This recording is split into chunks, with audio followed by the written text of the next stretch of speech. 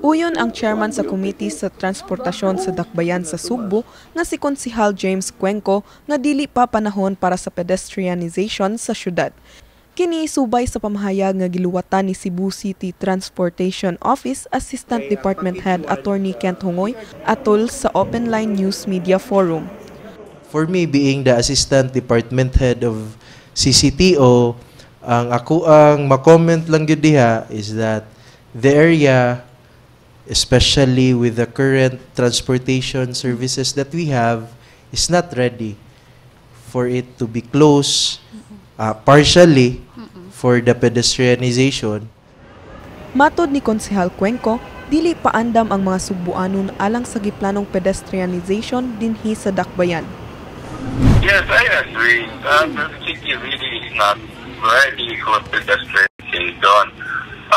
Although I agree with the concept, eventually we will get there. But for now, it's very difficult to implement pedestrianization. First, because primarily of the climate that we have here. Hangtod ning buwan sa Hulyo, makita nga wala gihapon mahuman ang 1.2 kilometers nga Phase 1 sa CBRT project sa 𝗱𝗏𝗯𝗆 Boulevard. Og nunot niini, mibutyag si Cuenco nga dili siya uyon sa pagsugod karon sa proyekto sa link to the port sa DOTR. I am against it because I question the timeliness, the timing, and of course I agree with CCTO that we are not ready.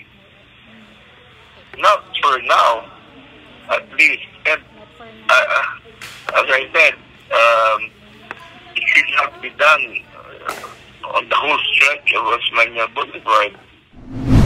Sobra usa ka tuig sukad sa pag-groundbreaking niini, kasamtangan nga nagpadayon gihapon ang konstruksyon sa Phase 1 sa CBRT dinhi sa kadalanan sa Dakbayan sa Sugbo. Hinungdan nga hangyo ni Councilor Cuenco nga hingpit unahon usa ang unang bahin sa CBRT sa dili pa ang pagtrabaho sa link to the port. Kini si Kyla Valiente, PIT Comm Intern, alang sa MyTV Cebu.